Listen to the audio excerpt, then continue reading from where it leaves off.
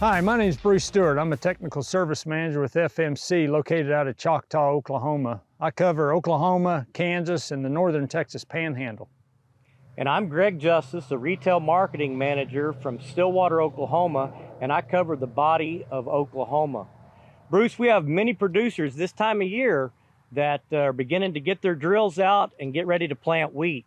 We have a specific weed problem that has really increased across Texas, Oklahoma, and eastern Kansas, and that's Italian ryegrass.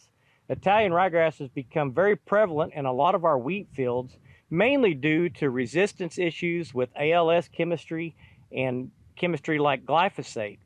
And so we're getting a lot of questions about how do we control Italian ryegrass in our winter wheat crop.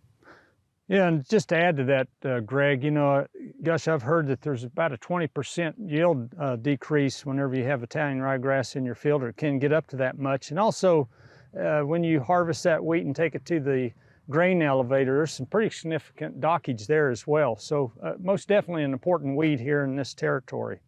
And Bruce, we're really excited about a product that FMC has, and that's Anthem Flex herbicide, which is a combination of peroxysulfone and carfentrazone. And that's a group 15 and a group 14 herbicide that we've had great success over the last few years of controlling Italian ryegrass in our winter wheat crop. And I think you were going to talk to us a little bit about rates, proper timing, and activation. Yes, yeah, those are three important points for sure, dealing with Anthem Flex and so herbicide.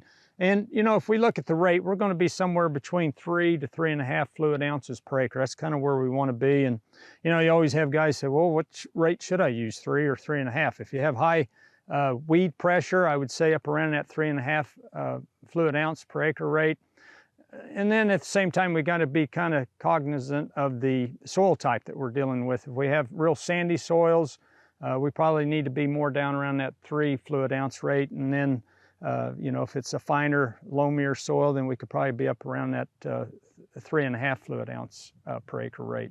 Well, one of the questions that continually gets brought up by producers and retailers across our territory is, what is this delayed pre-emergence application? Could you help describe what we're talking about a delayed pre-emergence application? Okay, sure, yeah, delayed pre is, we get a lot of questions about that for sure. On our label, on the Anthem Flex herbicide label, a delayed pre-application is where we want about 80% of those wheat seeds to have about a 1/2 inch shoot. So that's kind of what we mean by delayed pre. And that's really where we're going to have the optimal control, is if we get it on at that period. And our label does allow application all the way up to the 4th leaf stage. And so you can go up to that period, but your control is going to probably fall off a little bit as you move up and get away from that delayed pre-application timing. Really, this product is prevents germination of Italian ryegrass.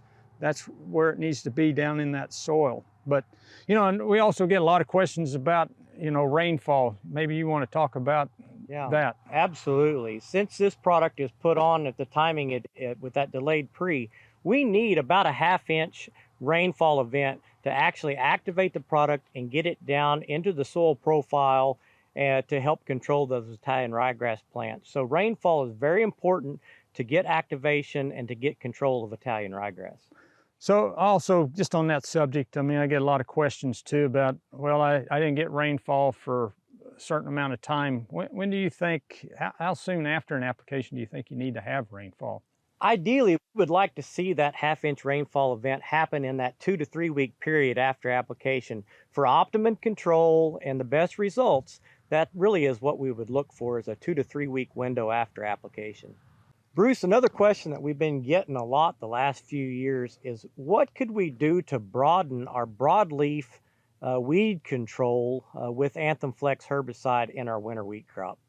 Well, that's a great question, one that I know I've been getting a lot of in the last couple of years, and as a result of that, I've set up trials at universities evaluating Anthem Flex herbicide with finesse cereal and fallow herbicide at that 0.0 or 0.2 to 0.4 ounces per acre rate. And what we've found is that, we've kind of broadened and intensified that broadleaf weed control, not compromise the Italian ryegrass control, and also the yields have been equal to what Anthem Flex is, and in some cases even higher. So at this point, looks like the research is showing that that combination seems to be a good one. So I think it could really help growers if they have some major broadleaf weeds that they just need a little more power to get them under control. So, hey, I appreciate the time here today, Greg, and hopefully we've provided some useful information about Anthem Flex herbicide for Italian ryegrass control, and wish you guys the best in this growing season. Absolutely, Bruce. I really appreciate the time as well, and I know that you've put together an upside that describes some of the things that we've talked about today with Anthem Flex herbicide and with Finesse cereal and fallow herbicide. So if you have questions or concerns, please reach out to your local retailer or your local FMC rep, and man, we'd be happy to help with our recommendations and how we can help you control Italian ryegrass and broadleaves in our winter wheat crop this year.